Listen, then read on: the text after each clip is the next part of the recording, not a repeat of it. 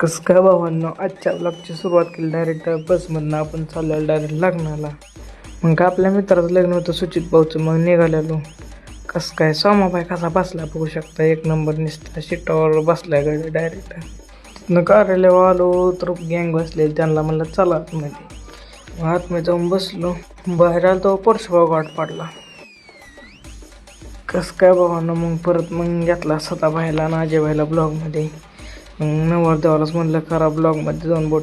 मग तिथनं डायरेक्ट जरा आलो सावलीला. परत मग तवर विलन भाई पडला का त्याने विकील 2 बोट. मग काय पोरं लागली नाचायला. तुम्ही म्हणलं नाचा, म्हणलं खतरनाक.